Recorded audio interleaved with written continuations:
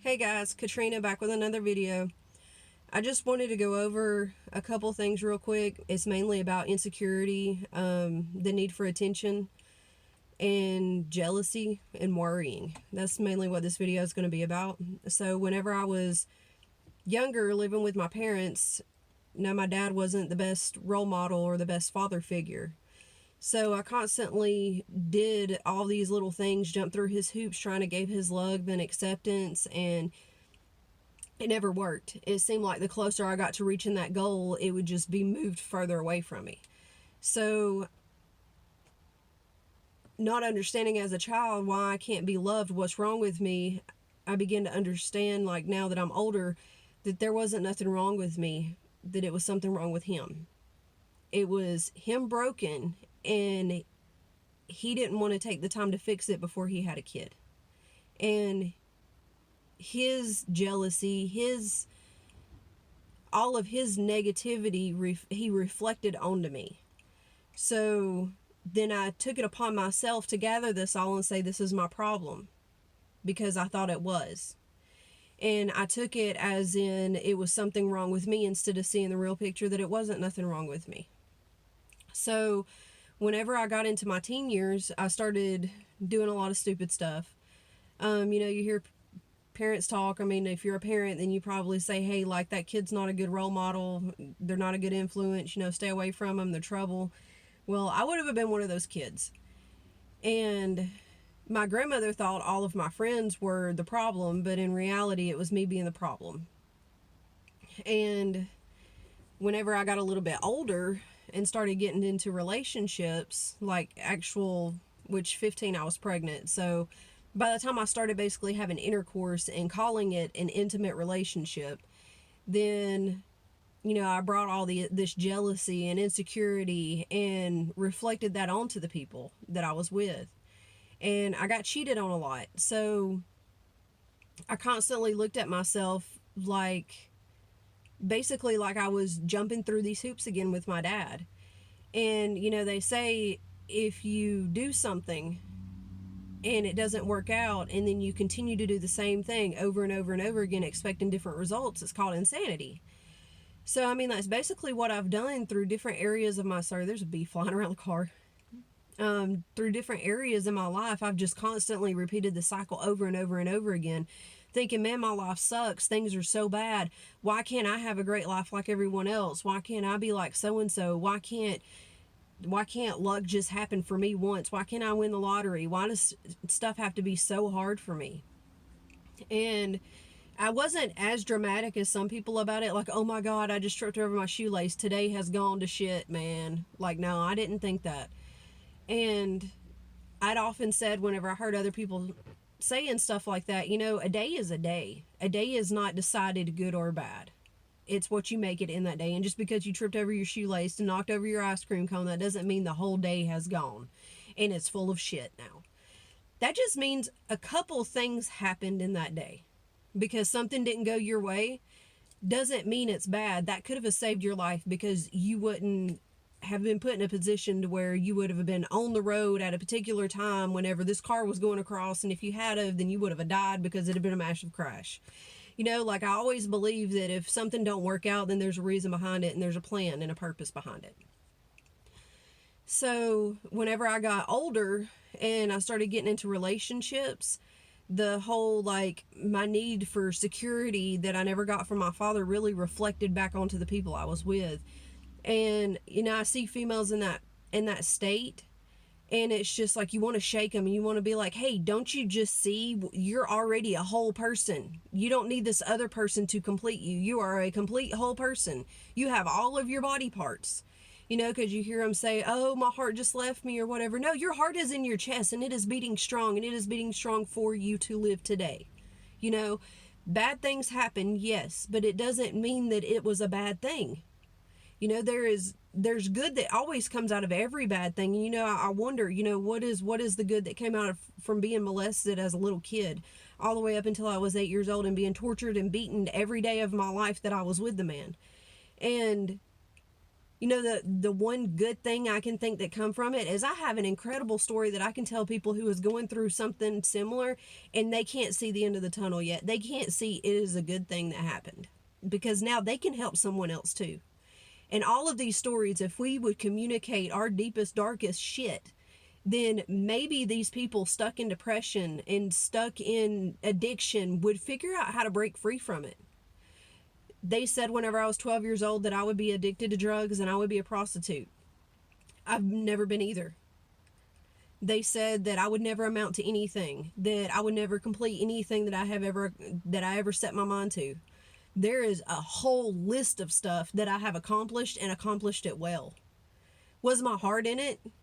Probably not. It was more like, no, I'm going to prove them wrong. I'm going to prove them wrong. It was more my stubbornness that pushed me that far.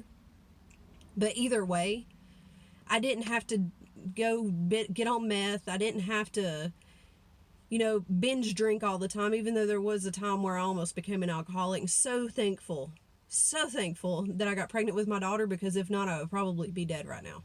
A lot of people's like, oh my God, you have teenagers and then you just got pregnant again. It's just like, yeah, didn't see the benefit of it at the time. And I'd be damned if she didn't save my life. Because I wouldn't have stopped for myself. I didn't find myself worthy enough. I wouldn't have quit for me.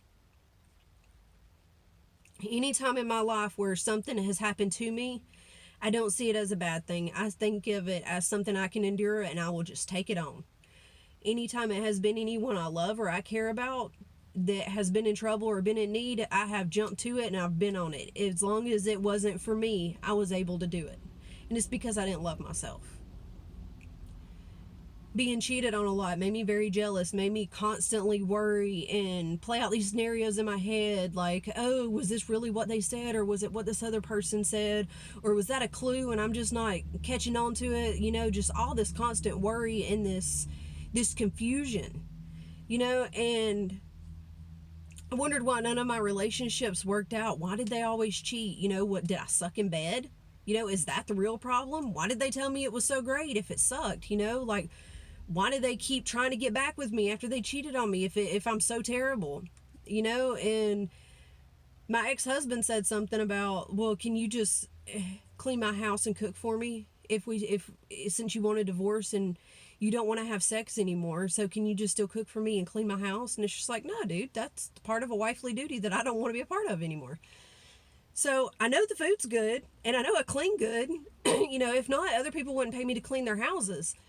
So, what was the real reason that I was cheated on? And again, it goes back to, yeah, there was something broken in me too, but it didn't have nothing to do with me. It had to do with them. A lot of times, whenever you have something really good, you don't think you're going to hold on to it. And you're just like, oh, well, they're going to get tired of me and they're going to move on to the next. And I don't want to look like a complete idiot, so let me go ahead and have a backup plan. How many times whenever you were a teenager, whenever you were, this high school, middle school, boyfriend, girlfriend, I don't know, maybe elementary school. I didn't do that in elementary school. And you're like, oh, well, I'll show them. I'll go flirt with so-and-so. That stuff only works then, and it's a bad mentality to have. But, it's the same mentality that they had. Oh, well, she's got her head on straight. She can own a car. She can own a house. She can cook. She don't even need me. So why am I even here? So she's probably just going to get tired of me. So let me just go ahead and have a backup plan so that it looks like I'm not a complete loser and it was a mutual agreement. We both went our separate ways. At least if I end up with a relationship first, it'll look like nothing's wrong with me. Hey, anybody clicking? Is it clicking for anybody? So, and whenever I was, in and out of my first few relationships, I noticed I did that. Like, I always wanted a backup plan. I couldn't be single. I couldn't be alone. I had to prove to everyone that I was worthy enough to be with someone and be wanted by someone. And the older I've gotten, the more I've realized, it doesn't even matter. Like, none of that matters, period. None of it. It is all bullshit. Just give it up. The games, the playing with people, just give it all up. Just be genuine, be yourself. In the right, like, whether or not you end up with anyone or not, you will be okay enough in yourself to be by yourself. Because right now, I'm to the point in my life where it doesn't matter if I'm with someone or not. Like, I'm going to be happy. because I have found it in myself to be happy. But anyway, back to the the other things I was talking about. Got on a little bit of a rampage there. But after I was with my kid's dad and got a divorce, then it didn't take long for me to start talking to someone else. And it was almost immediate. And it was just like, okay, well, I don't think I like you. And this other person came up, so let me start talking to you. And I see kids saying, nowadays, oh, we're just talking. You don't just talk for 5-6 months. Stop leading that boy on. Either you're his girlfriend or you're not. Stop playing with him. So, I mean, that's basically what I did. And maybe that's the reason why it's just like I can cut to the bullshit so quick with it. So you want them to be exclusive to you, but you don't want to seem tied down to them. So because you still want to be available for the next opportunity that comes along. And that's the same mentality as to why I didn't feel like I was worthy, why I felt like I had to be so insecure, why I had to be so jealous. And regardless of what you do, if they're going to cheat, they're going to cheat. It doesn't matter how much you worry. It doesn't matter how much you plan. It doesn't matter how much you check their phone. It doesn't matter. And if they're smart enough, you won't catch them. And who knows who it's with? Because it could be with your next door neighbor and her not say a word to you. Know it every single day and just grin in her head being like, yeah, I know something she don't know. Like, and you say, oh, well, I can't even trust my best friend. You can. You can trust your best friend to be your best friend and to be the person that they are.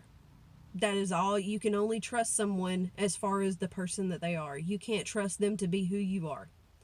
And if you're the kind of best friend that would tell somebody they're being cheated on, then you're that kind of best friend. They might not be. They might be the kind that sleeps with your own man. Who knows? And at least they're thinking in their head, oh, well, at least it's only with me. At least I know I don't have an STD. Or, I don't even know what kind of thoughts would go through your mind if you were sleeping with your best friend's boyfriend. I mean, that's kind of messed up in my opinion. But, I didn't feel like I could trust anybody. I didn't feel like I could talk to anyone. I felt like anyone I was exposed to might be a potential threat.